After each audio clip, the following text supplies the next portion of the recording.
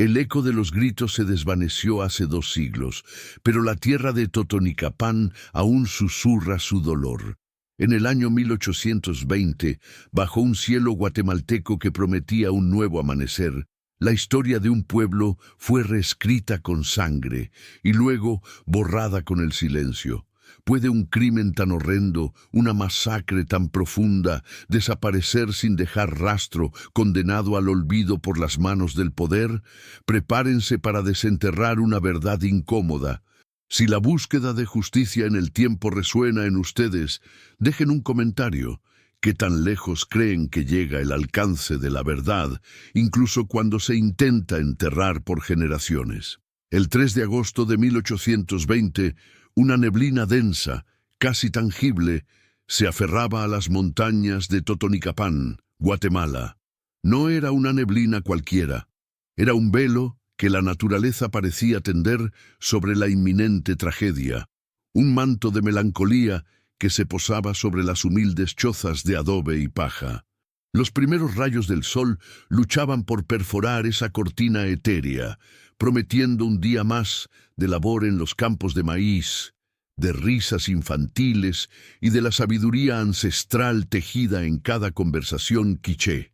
Pero ese día, el amanecer trajo consigo no solo la luz, sino también la sombra de un horror inimaginable.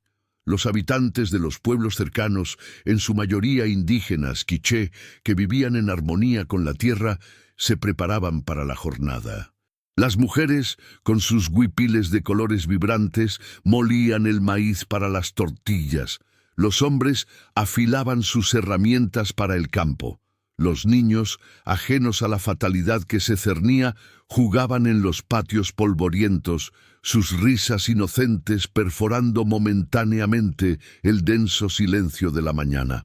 Nadie podía prever que en cuestión de horas esas risas se ahogarían en un grito colectivo de terror, que el aroma a tortilla recién hecha sería reemplazado por el hedor a pólvora y muerte. Fue entonces cuando irrumpieron, no como hombres, sino como espectros de fuego y acero. El ejército colonial, bajo el mando de una autoridad que operaba desde las sombras del poder, descendió sobre el pueblo como una plaga.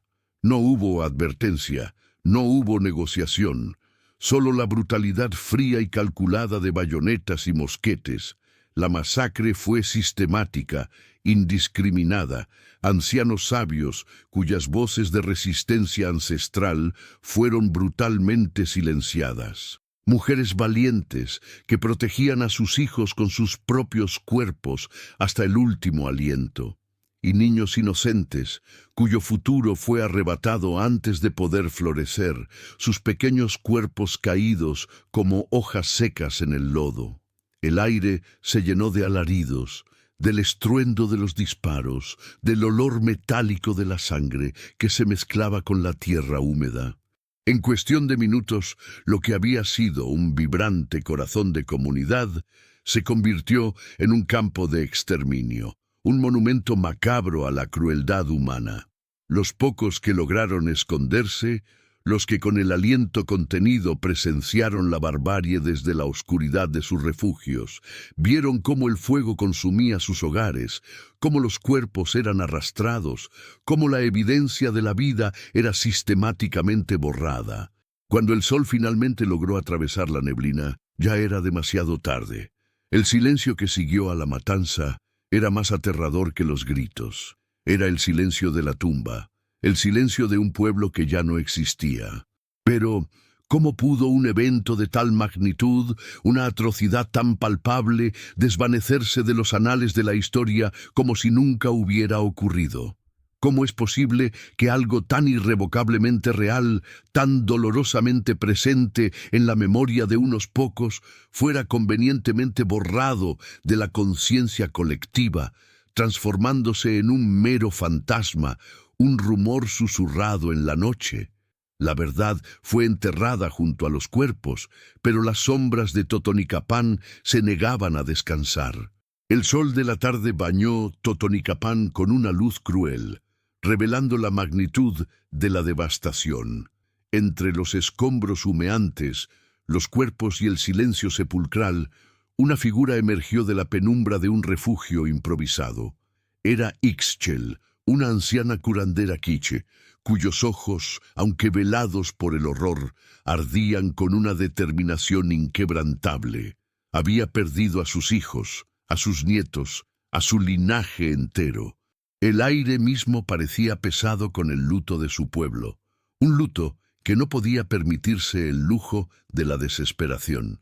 Con manos temblorosas, pero firmes, Ixchel comenzó a caminar entre los restos, buscando, esperando encontrar un atisbo de vida, una señal de que no todo estaba perdido. Cada paso era un acto de resistencia, cada lágrima derramada en silencio, un juramento. Los pocos sobrevivientes, niños asustados y ancianos quebrados, la miraban como un faro en la oscuridad. Ella era la memoria viviente, la voz de los ancestros que ahora clamaban desde la tierra misma. Intentó, en los días y semanas que siguieron, buscar respuestas, exigir justicia a las autoridades coloniales que, con desdén y prepotencia, la ignoraron.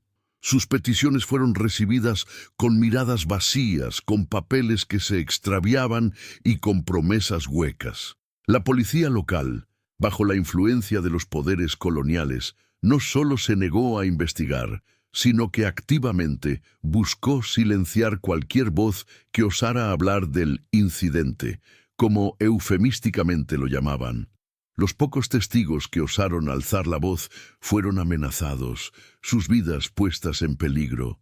Ixchel sintió la pesada mano de la injusticia, pero también la fuerza de su linaje. Su abuela le había enseñado que la verdad es como el agua, siempre encuentra un camino. ¿Hasta dónde irías tú para proteger la memoria de aquellos que amaste, cuando el mundo entero conspira para borrarlos de la existencia? Su lucha no era solo por venganza, sino por la redención de su pueblo, por la promesa de que la verdad, por muy enterrada que estuviera, un día vería la luz. Si crees que la memoria es un arma poderosa contra la opresión, comparte esta historia para que su eco llegue lejos. La masacre de Totonicapán no solo dejó un rastro de sangre y cenizas, sino también una profunda cicatriz en el tejido social de la región. La comunidad quiché, diezmada y traumatizada, se vio obligada a vivir bajo una capa de miedo y silencio. Los pocos sobrevivientes que habían presenciado la barbarie fueron instruidos, bajo amenaza, a olvidar, a no hablar, a no recordar.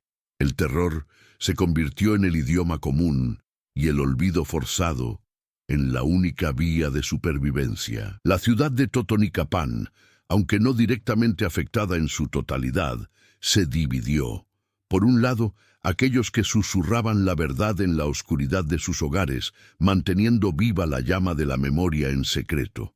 Por otro, las élites criollas y los colonos que se beneficiaban del sistema, quienes no solo negaban el suceso, sino que activamente esparcían rumores de insurrección indígena para justificar la brutal respuesta militar.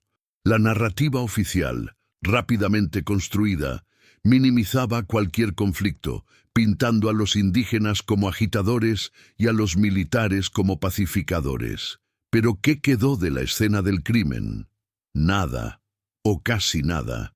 La eficiencia con la que los cuerpos fueron removidos, las chozas quemadas hasta los cimientos y la tierra revuelta, era casi tan aterradora como la masacre misma.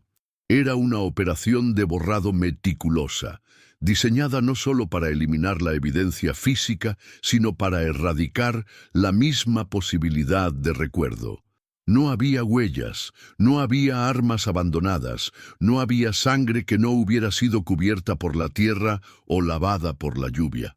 Los objetos personales, las herramientas de labranza, los juguetes de los niños, todo había desaparecido. La escena del crimen no era un lugar de hallazgos, sino un abismo de ausencias, un vacío que gritaba la verdad de lo que había sido borrado. Las pocas descripciones que surgieron de los sobrevivientes hablaban de una coordinación militar impecable, de una brutalidad desmedida que no dejaba margen para la resistencia. Se decía que los soldados habían actuado con una frialdad calculada, como si estuvieran siguiendo órdenes de un manual de exterminio.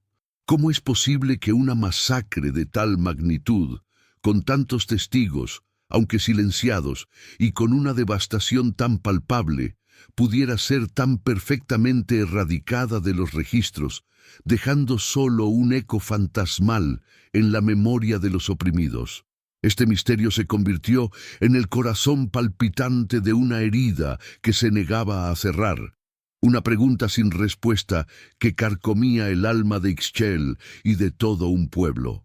Tras el horror inenarrable y la desaparición de los últimos vestigios de vida en Totonicapán, la verdad, lejos de encontrar un camino para emerger, se topó con un muro infranqueable de silencio y negación. Las pocas voces que, impulsadas por el dolor y la indignación, intentaron denunciar la barbarie, fueron rápidamente acalladas.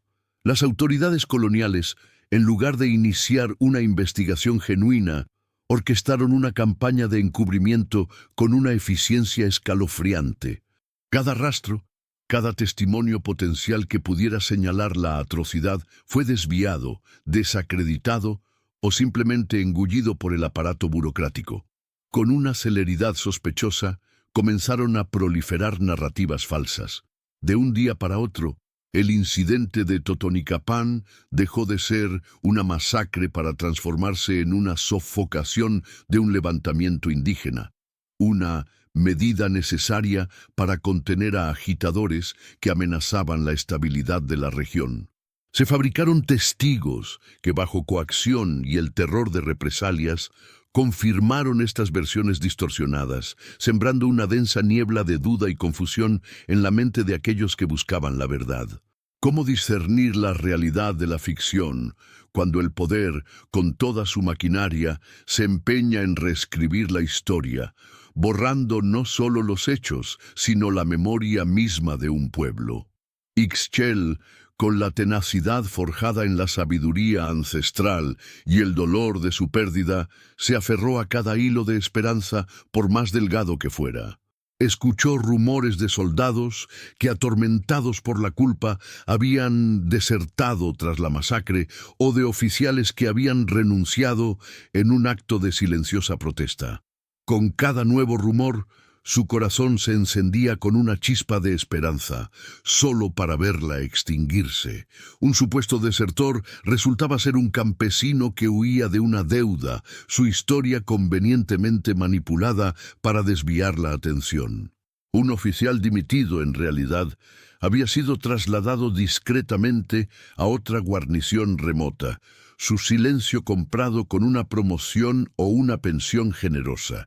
Eran pistas falsas, becos sin salida diseñados con una precisión cruel, meticulosamente orquestados para agotar la determinación de cualquiera que osara buscar la verdad. La frustración se convirtió en un veneno lento que carcomía el alma de los pocos sobrevivientes y de Ixchel. La policía colonial, cuya lealtad estaba con el orden impuesto por la corona y no con la justicia para los oprimidos, archivó el caso con una celeridad pasmosa. No hubo una investigación forense real de los cuerpos o de la escena. No se realizaron interrogatorios significativos a los perpetradores o a sus superiores. Los pocos informes escritos que existían hablaban de enfrentamientos y pérdidas en ambos bandos, una burla cínica a la verdad de un exterminio unilateral. El masacre de Totonicapán fue relegado, si acaso llegó a figurar, a una nota a pie de página en los archivos militares, o se disolvió en el éter como un rumor local que los poderosos se esforzaban por sofocar con amenazas veladas y la imposición de un silencio absoluto. La impunidad, como una losa de granito, se solidificó sobre la tumba colectiva de los inocentes. Los perpetradores, en su mayoría oficiales y soldados coloniales, nunca fueron identificados públicamente, juzgados ni castigados. Muchos de ellos, con el paso del tiempo y la llegada de la independencia, no solo escaparon a la justicia, sino que ascendieron en las filas militares del nuevo gobierno o se integraron en las élites criollas, sus manos limpias de la sangre que habían derramado, sus conciencias aparentemente ajenas al peso de sus crímenes. Sus nombres, sus rostros, sus acciones se disolvieron en el anonimato de la historia oficial, protegidos por el manto del olvido y la conveniencia política. Para Ixchel, cada día era una batalla extenuante contra la marea del silencio y la amnesia forzada.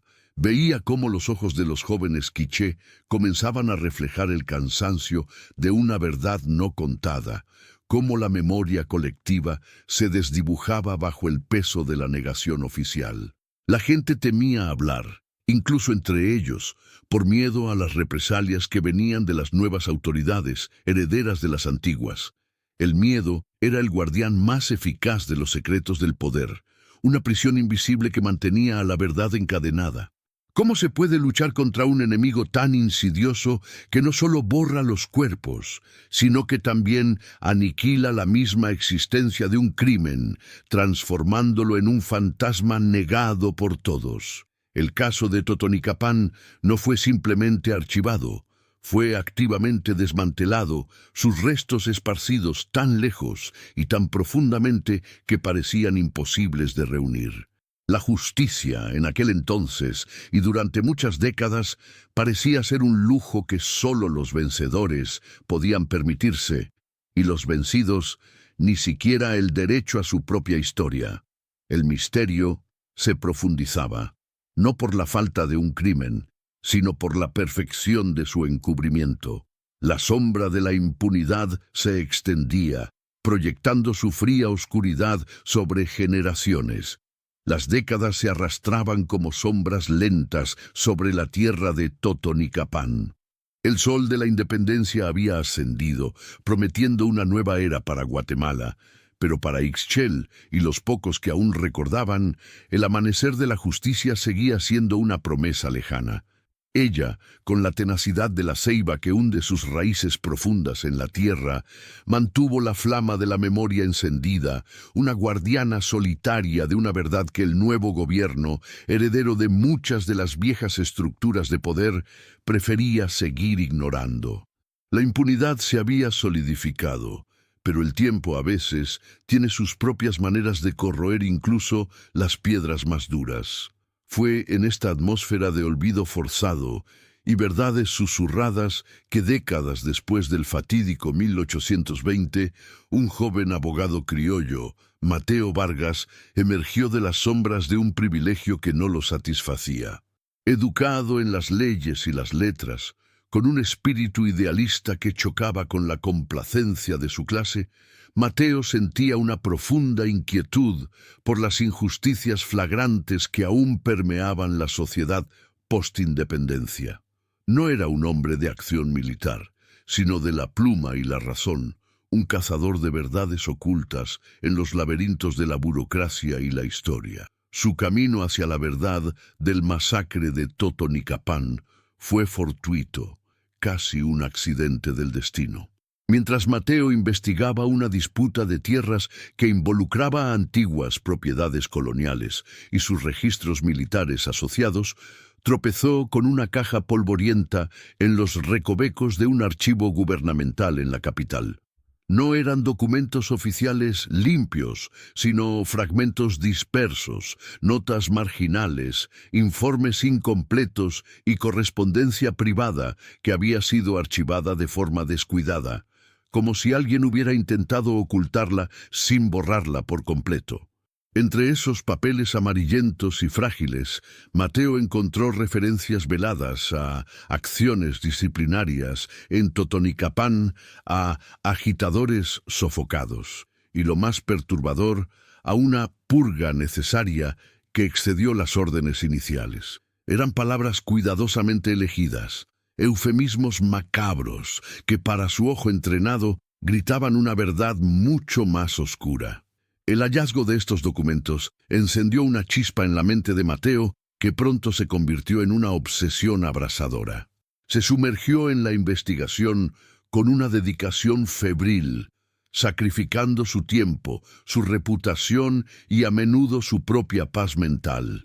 Pasaba noches enteras descifrando caligrafías antiguas, comparando fechas, buscando patrones en las omisiones. Cada fragmento era una pieza de un rompecabezas que la historia oficial había declarado inexistente. La frustración era constante. Documentos clave que desaparecían, archivos que se declaraban perdidos, testigos ancianos que temían hablar o cuyas memorias estaban fragmentadas por el trauma y el tiempo. Su búsqueda lo llevó a enfrentarse a la indiferencia de los funcionarios, a la desconfianza de las comunidades indígenas y, lo más peligroso, a las amenazas veladas y explícitas de las poderosas familias criollas. Estas familias, descendientes directos de aquellos militares coloniales y élites locales que se habían beneficiado del silencio y la impunidad, aún ejercían una influencia considerable en el nuevo gobierno. No querían que se reabrieran viejas heridas que pudieran manchar sus nombres o comprometer su estatus. Mateo entendió que su investigación no era solo un ejercicio legal, sino una batalla contra el tiempo y contra una red de complicidad que se extendía por generaciones. La ciencia que aplicaba era la de la verdad histórica, la de la reconstrucción forense de un pasado negado. Utilizó sus conocimientos legales para interpretar el lenguaje burocrático, su intelecto para conectar puntos aparentemente inconexos y su audacia para desafiar el silencio impuesto. Buscó en viejos periódicos, en registros parroquiales, en cartas privadas que pudieran ofrecer una perspectiva diferente a la narrativa oficial. Cada nueva pieza de información, por pequeña que fuera, era como una excavación arqueológica, desenterrando los huesos de una verdad enterrada. Esta dedicación obsesiva comenzó a dar frutos.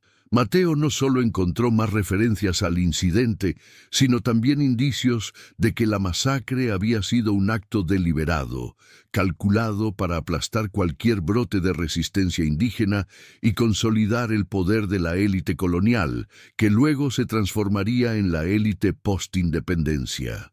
Las nuevas evidencias, aunque fragmentadas y ocultas, comenzaron a dibujar un cuadro aterrador de premeditación y encubrimiento sistemático. La esperanza, que había sido una vela parpadeante en el corazón de Ixchel durante décadas, ahora encontraba un nuevo y poderoso aliado en la figura de este joven abogado. El avance científico, en este caso, no era solo tecnología, sino la persistencia inquebrantable de la razón y la moralidad frente a la amnesia impuesta.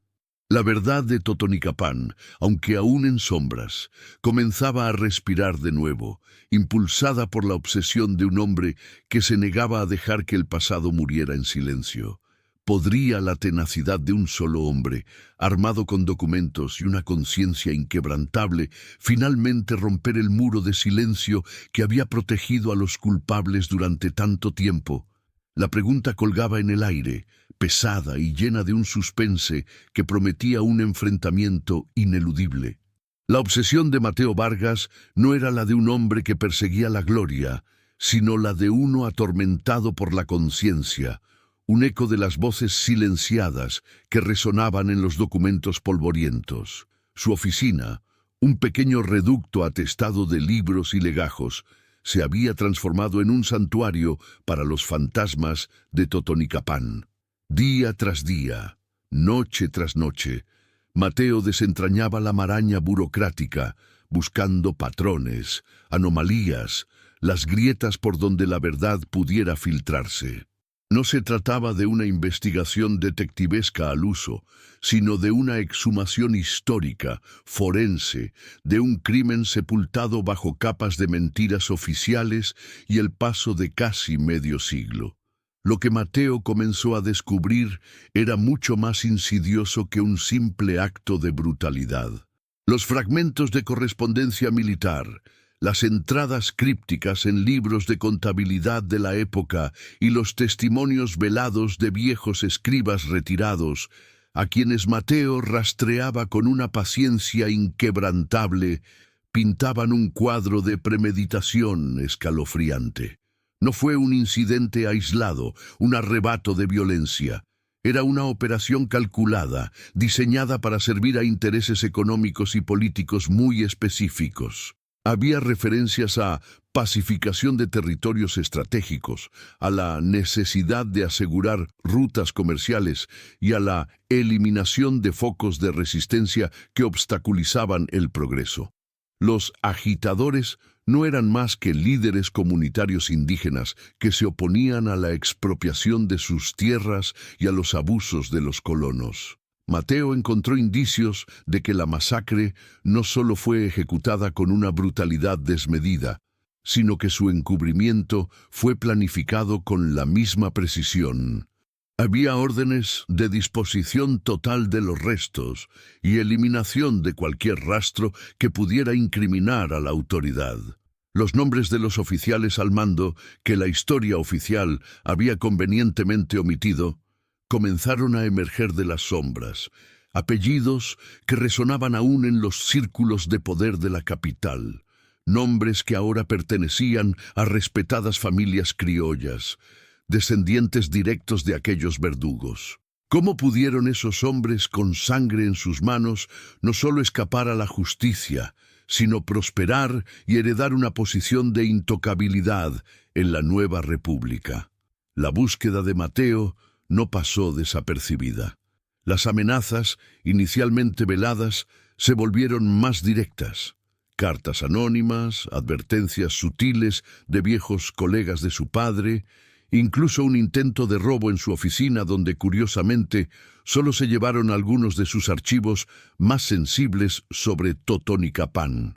La presión era inmensa, el mensaje claro: detente.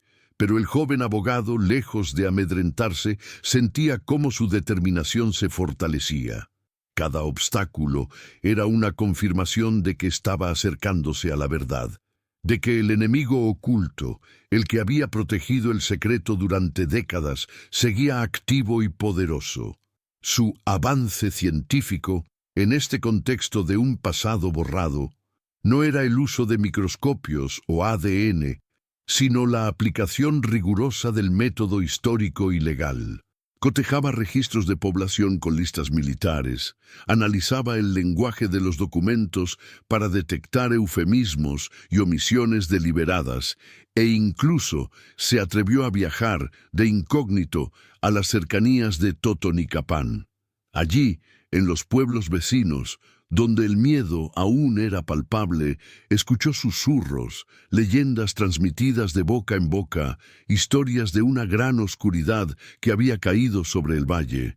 Estas historias orales, aunque imprecisas en detalles, confirmaban la magnitud del evento y la sistematicidad del silencio impuesto. Eran las voces de la memoria colectiva, los ecos de Ixchel y su pueblo, que sin saberlo comenzaban a alinearse con los fríos documentos de Mateo. Descubrió que la masacre había sido un punto de inflexión, no solo para la comunidad quiché, sino para la consolidación del poder de ciertas familias criollas que, aprovechando el caos y la represión, expandieron sus propiedades y su influencia. La verdad no solo era una cuestión de justicia histórica, sino una amenaza directa a la legitimidad de la riqueza y el poder que se había amasado a expensas de la sangre derramada. El caso de Totonicapán no era un simple cold case, era el cimiento sobre el que se había construido una parte del presente de la nación. ¿Podría un solo hombre, armado con papeles amarillentos y una inquebrantable sed de justicia, desmantelar una red de poder tan profundamente arraigada, una que se había beneficiado del silencio y la amnesia durante generaciones? La intriga se intensificaba y el aire de Guatemala se cargaba con la promesa de una tormenta que llevaba casi 2 siglos gestándose. La obsesión de Mateo Vargas no era la de un hombre que perseguía la gloria, sino la de uno atormentado por la conciencia, un eco de las voces silenciadas que resonaban en los documentos polvorientos. Su oficina, un pequeño reducto atestado de libros y legajos, se había transformado en un santuario para los fantasmas de Totonicapán. Día tras día, noche tras noche, Mateo desentrañaba la maraña burocrática, buscando patrones, anomalías, las grietas por donde la verdad pudiera filtrarse. No se trataba de una investigación detectivesca al uso, sino de una exhumación histórica, forense, de un crimen sepultado bajo capas de mentiras oficiales y el paso de casi medio siglo. Lo que Mateo comenzó a descubrir era mucho más insidioso que un simple acto de brutalidad. Los fragmentos de correspondencia militar, las entradas crípticas en libros de contabilidad de la época y los testimonios velados de viejos escribas retirados, a quienes Mateo rastreaba con una paciencia inquebrantable, pintaban un cuadro de premeditación escalofriante. No fue un incidente aislado, un arrebato de violencia. Era una operación calculada, diseñada para servir a intereses económicos y políticos muy específicos. Había referencias a pacificación de territorios estratégicos, a la necesidad de asegurar rutas comerciales y a la eliminación de focos de resistencia que obstaculizaban el progreso. Los agitadores no eran más que líderes comunitarios indígenas que se oponían a la expropiación de sus tierras y a los abusos de los colonos. Mateo encontró indicios de que la masacre no solo fue ejecutada con una brutalidad desmedida, sino que su encubrimiento fue planificado con la misma precisión. Había órdenes de disposición total de los restos y eliminación de cualquier rastro que pudiera incriminar a la autoridad.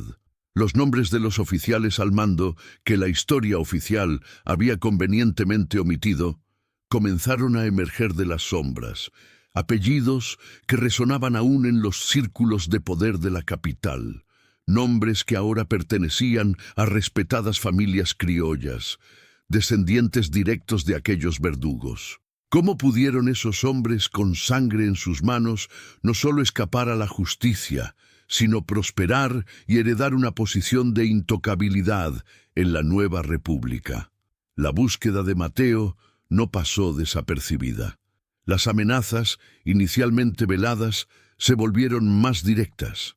Cartas anónimas, advertencias sutiles de viejos colegas de su padre, incluso un intento de robo en su oficina donde, curiosamente, solo se llevaron algunos de sus archivos más sensibles sobre Totonicapán. La presión era inmensa, el mensaje claro: detente. Pero el joven abogado, lejos de amedrentarse, sentía cómo su determinación se fortalecía. Cada obstáculo era una confirmación de que estaba acercándose a la verdad, de que el enemigo oculto, el que había protegido el secreto durante décadas, seguía activo y poderoso. Su avance científico, en este contexto de un pasado borrado, no era el uso de microscopios o ADN, sino la aplicación rigurosa del método histórico y legal. Cotejaba registros de población con listas militares, analizaba el lenguaje de los documentos para detectar eufemismos y omisiones deliberadas, e incluso se atrevió a viajar de incógnito a las cercanías de Totonicapán. Allí, en los pueblos vecinos, donde el miedo aún era palpable, escuchó susurros, leyendas transmitidas de boca en boca, historias de una gran oscuridad que había caído sobre el valle. Estas historias orales, aunque imprecisas en detalles, confirmaban la magnitud del evento y la sistematicidad del silencio impuesto. Eran las voces de la memoria colectiva, los ecos de Ixchel y su pueblo, que sin saberlo comenzaban a alinearse con los fríos documentos de Mateo. Descubrió que la masacre había sido un punto de inflexión, no solo para la comunidad quiché, sino para la consolidación del poder de ciertas familias criollas que, aprovechando el caos y la represión, expandieron sus propiedades y su influencia.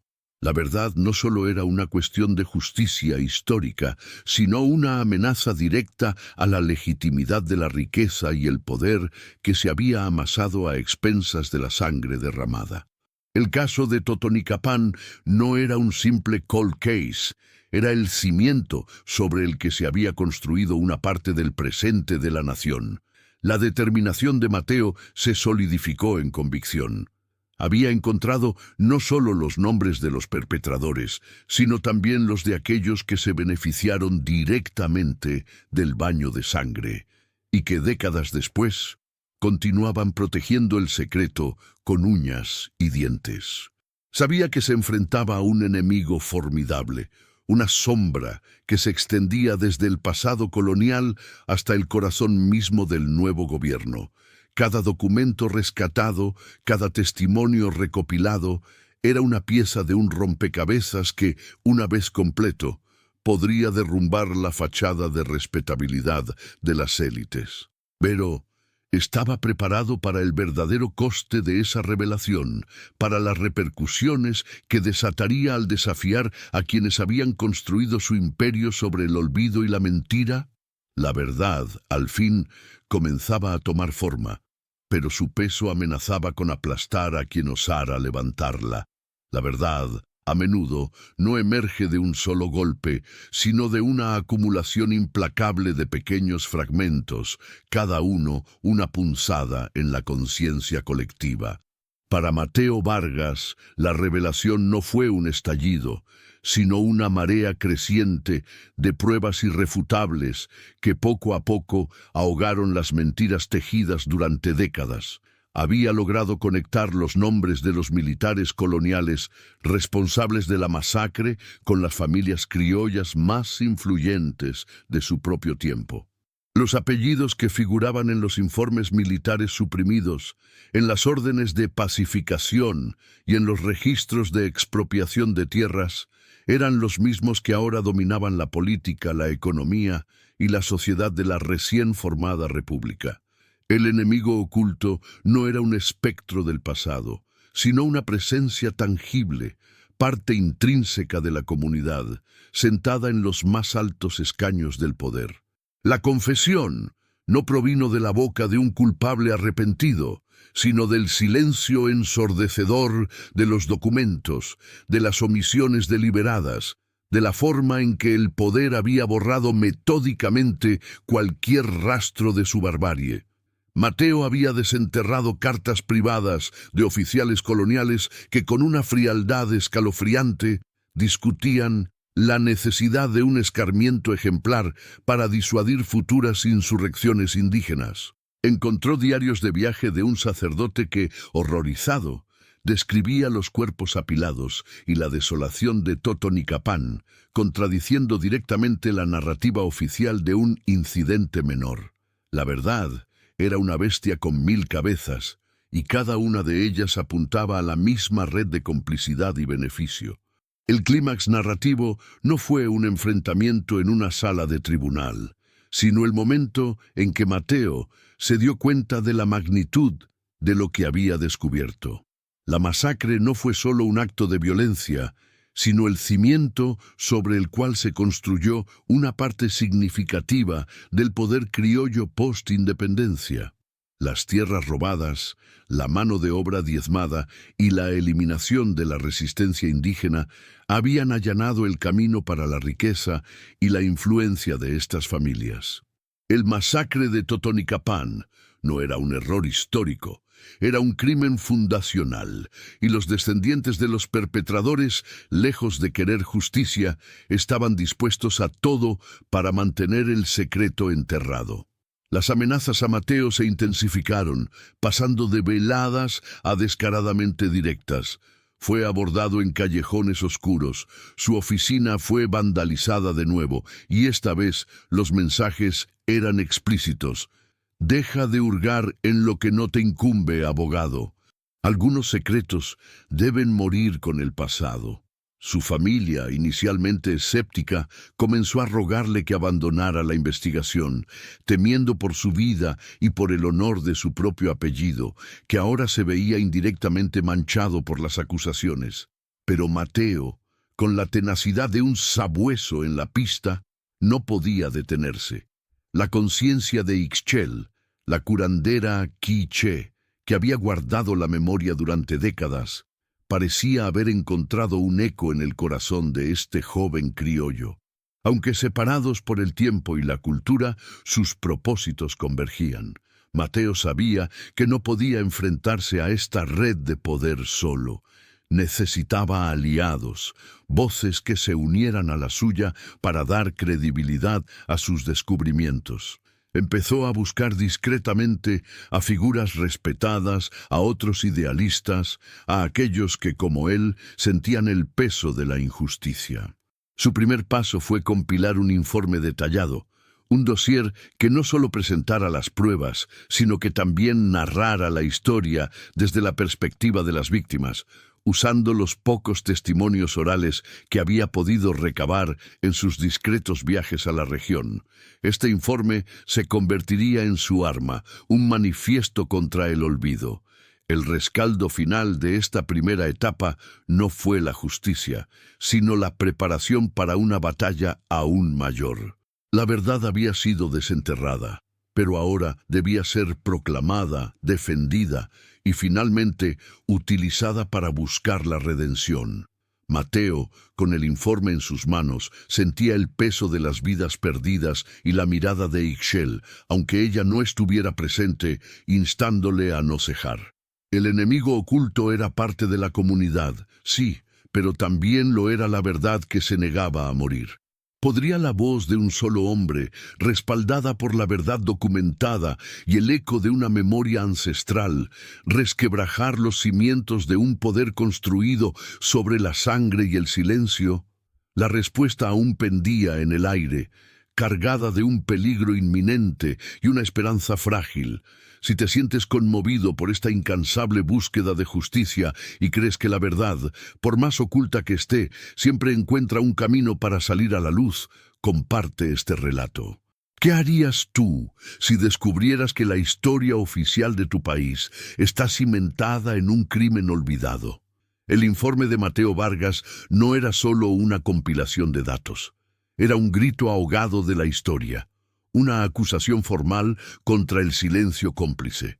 Con la pila de documentos en sus manos, sentía el peso de cada vida arrebatada, de cada verdad sepultada. Sabía que su siguiente paso era el más peligroso: hacer pública esta verdad. No podía ser un susurro en la oscuridad. Debía ser un trueno que resonara en los salones del poder.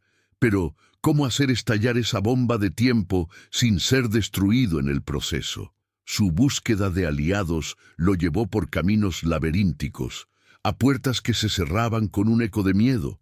Intentó contactar a un par de periodistas conocidos por su integridad, pero la censura velada y el temor a las represalias eran palpables. Un editor de un pequeño periódico independiente, después de revisar parte del dossier, lo miró con ojos cansados y le dijo: «Abogado Vargas, lo que tiene aquí es dinamita, pero la dinamita no solo explota al enemigo, también puede volarle las manos a quien la sostiene. Las familias que usted nombra, su influencia llega a cada rincón de esta ciudad, a cada decisión del gobierno. Publicar esto sería el fin de mi periódico y quizás el suyo». La negativa no lo desanimó, sino que confirmó la magnitud del poder que enfrentaba. Si la prensa temía, ¿dónde más podría encontrar una grieta? Decidió acercarse a un viejo profesor de historia de la universidad, un hombre de reputación intachable y una conocida inclinación por la verdad histórica, incluso si era incómoda. El profesor, un anciano de gafas gruesas y manos temblorosas, escuchó a Mateo con una atención que rozaba la reverencia. Al terminar, sus ojos brillaban con una mezcla de horror y admiración. «Joven Vargas», dijo con voz grave, esto reescribe nuestra historia. Es una monstruosidad, pero también es una verdad que debe ser contada». El profesor, sin embargo, también era consciente de los riesgos. Sugirió un enfoque más académico, la presentación de los hallazgos en un foro universitario bajo la protección de la libertad de cátedra como un primer paso para introducir el debate. Mientras Mateo preparaba esta presentación, las represalias escalaron de la sutileza a la agresión directa. Su oficina fue allanada una tercera vez, pero esta vez no solo se llevaron documentos, destrozaron mobiliario, pintaron amenazas en las paredes. Una noche, de camino a casa, fue interceptado por dos hombres que, sin mediar palabra, lo golpearon brutalmente, dejándolo con un mensaje claro. El pasado debe quedarse enterrado, abogado. No habrá una próxima advertencia. Mateo, magullado y dolorido, se negó a denunciar el ataque a una policía que sabía corrupta y en manos de aquellos a quienes investigaba. Cada golpe, cada amenaza, solo avivaba la llama de su convicción. No era solo un caso, era una cruzada por la memoria de un pueblo. La sombra de los beneficiarios de la masacre se cernía sobre él. Estas familias criollas, ahora con sus hijos y nietos en posiciones clave dentro del gobierno y la economía, no podían permitir que el cimiento de su fortuna y poder fuera expuesto como un acto de barbarie. Desataron una campaña de difamación contra Mateo, tildándolo de agitador, traidor a su clase y loco resentido que busca desestabilizar la joven república con fantasmas del pasado.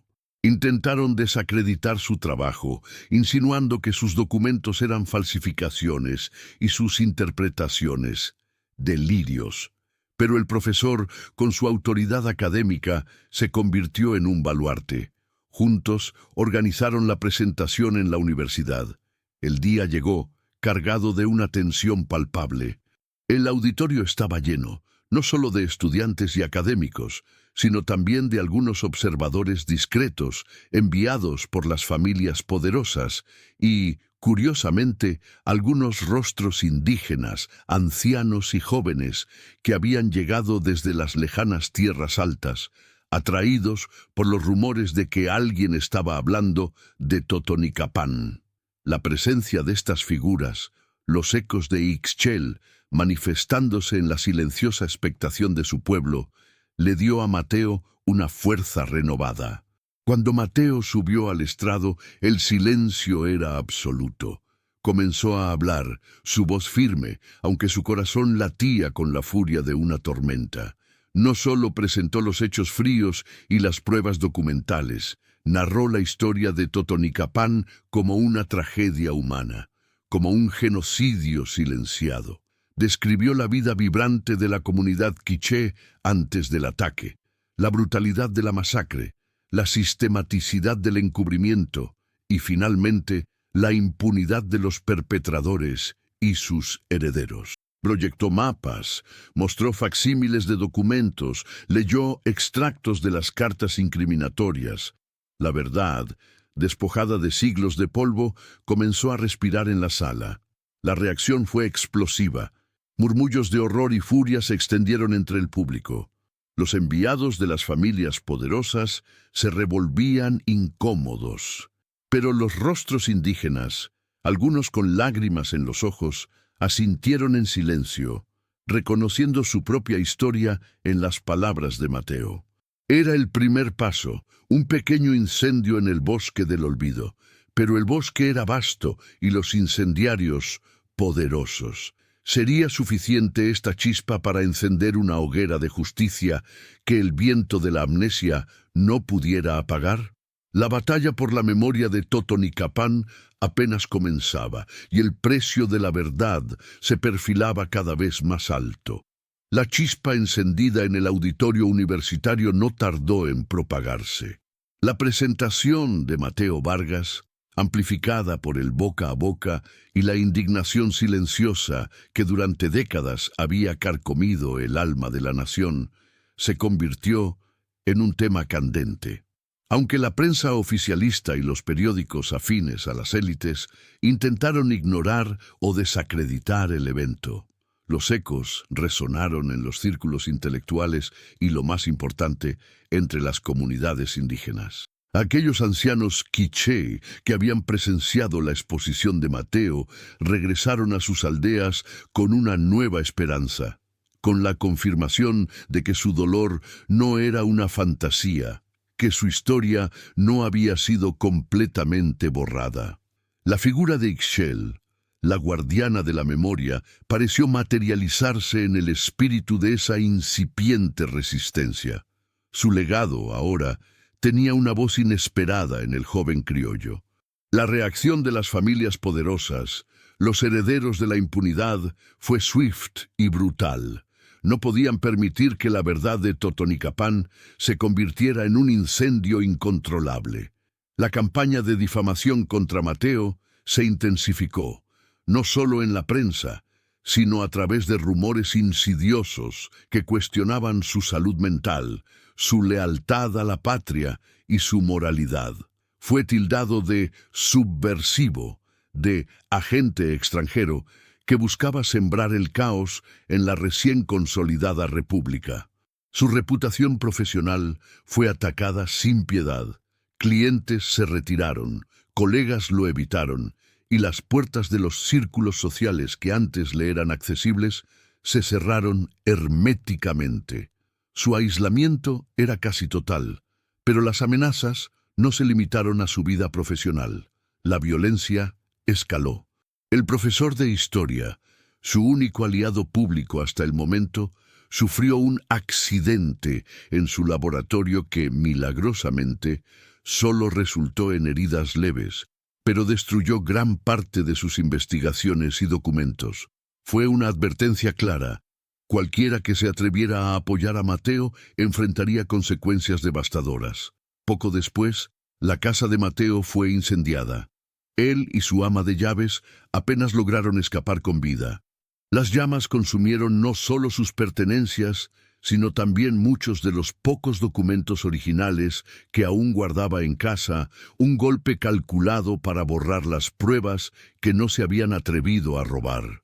La policía, por supuesto, declaró que el incendio había sido un accidente doméstico provocado por una vela. Mateo, ahora sin hogar y con su vida en constante peligro, se vio obligado a operar desde la clandestinidad. Refugiado en la pequeña habitación de un amigo leal, un librero que compartía su indignación, el abogado continuó su trabajo.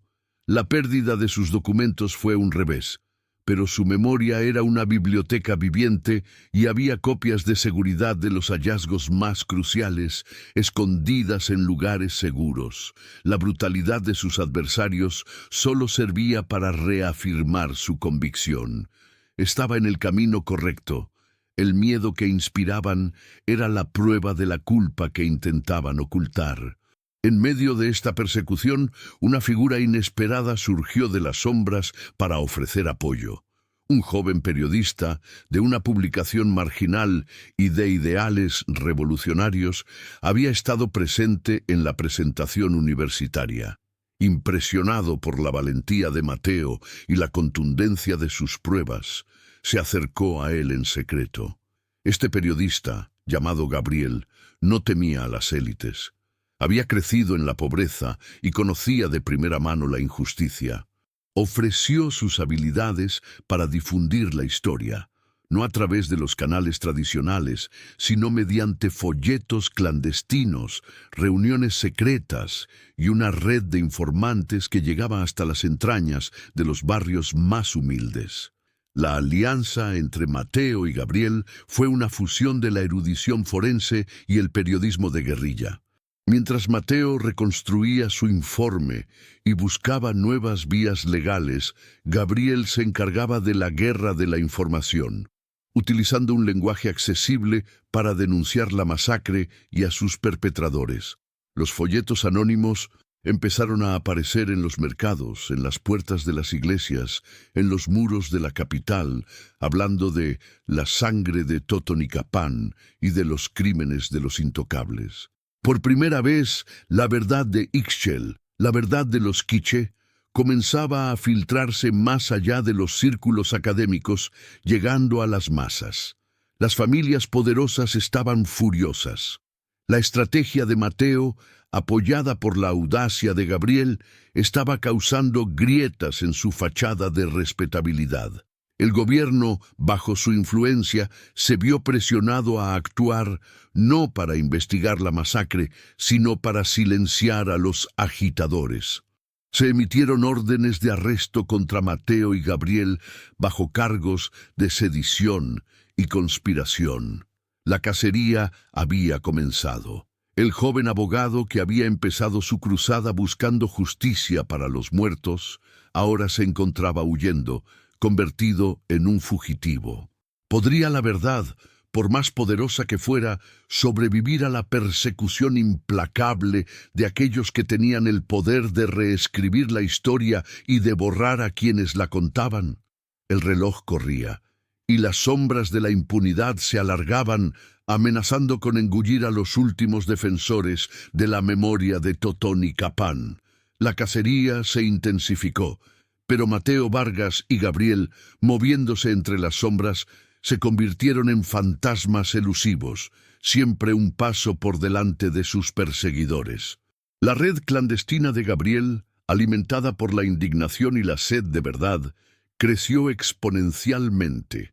Los folletos y panfletos, toscos pero contundentes, inundaron la capital y las provincias, desnudando la brutalidad de Totonicapán y señalando a los intocables con una claridad que ninguna prensa oficialista podía ignorar por completo. Las comunidades indígenas, al fin escuchadas, se movilizaron en silencio, sus voces ancestrales un coro que resonaba en el corazón de la República. La memoria de Ixchel, la curandera quiché, se transformó en un estandarte invisible de resistencia. El punto de inflexión llegó cuando un diplomático extranjero, alertado por los rumores y los informes clandestinos que milagrosamente llegaron a sus manos, solicitó una audiencia discreta con Mateo. Impactado por la evidencia irrefutable y la magnitud del encubrimiento, este diplomático usó su influencia para presionar al gobierno. La vergüenza internacional se cernía sobre la joven república. Las familias poderosas, que hasta entonces habían operado con impunidad absoluta, se vieron acorraladas. No podían seguir negando una verdad que ya circulaba en la esfera pública y amenazaba con manchar su imagen global. La confesión no fue un arrepentimiento, sino una admisión forzada. El gobierno, bajo presión, se vio obligado a emitir un comunicado ambiguo, reconociendo errores del pasado y prometiendo una revisión histórica. No hubo nombres, no hubo disculpas directas a las víctimas, pero el silencio se rompió. La historia oficial, por primera vez en décadas, tuvo que abrir una grieta para admitir la existencia de la tragedia de Totonicapán. Este fue el clímax, no de un juicio, sino del reconocimiento. Las familias que se beneficiaron vieron su reputación manchada, su impunidad cuestionada, su poder, aunque no destruido, sí seriamente erosionado. Mateo Vargas, aunque nunca recibió un reconocimiento oficial, se convirtió en un héroe silencioso. Su nombre fue susurrado con respeto entre los oprimidos, y su sacrificio personal sentó las bases para futuras luchas por la verdad y la justicia. Ixchel, la anciana curandera que había guardado la memoria, murió años después, pero con la certeza de que la llama de la verdad que ella había protegido había sido finalmente encendida en el corazón de su nación. La verdad sobre el masacre de Totonicapán ya no era un secreto enterrado, era una cicatriz visible en la conciencia colectiva, un recordatorio constante de que la historia no puede ser borrada, solo silenciada temporalmente. El rescaldo final no fue el cierre perfecto que se esperaría de un cuento de hadas. La justicia plena para los muertos de 1820 era inalcanzable, pero la verdad había emergido, y con ella la esperanza de que crímenes similares no volvieran a ser borrados. ¿Fue suficiente? ¿Es el reconocimiento histórico una verdadera justicia para los que sufrieron? La pregunta sigue resonando, un eco sombrío en los valles de Totonicapán. La lucha por la memoria es eterna, una batalla constante contra el olvido. Si esta historia te ha conmovido y crees que la memoria histórica es un pilar fundamental para construir un futuro más justo, suscríbete a nuestro canal y comparte este relato. ¿Crees que las heridas del pasado pueden realmente sanar sin una justicia completa? ¿O es el mero acto de recordar el primer paso hacia la redención?